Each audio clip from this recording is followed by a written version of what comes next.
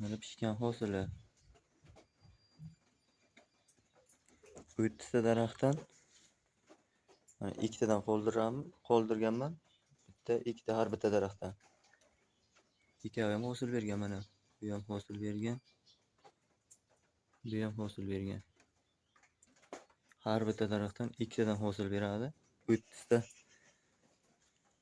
nihol ekilsa, o'shandan 1 yil ichida 2 tadan qoldirilgandan keyin 60 ta beradi, 60 ta hosil olsa bo'ladi. Har bittasi ham shu. Har bittasi ham shu 2 tadan hosil bergan. Mana bu hosil beray deb turibdi. Mana bunisi pishgan hosili.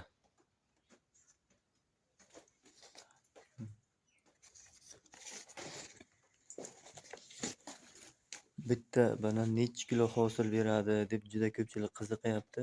O'lchab ko'rsating deb. Mana hozir shuni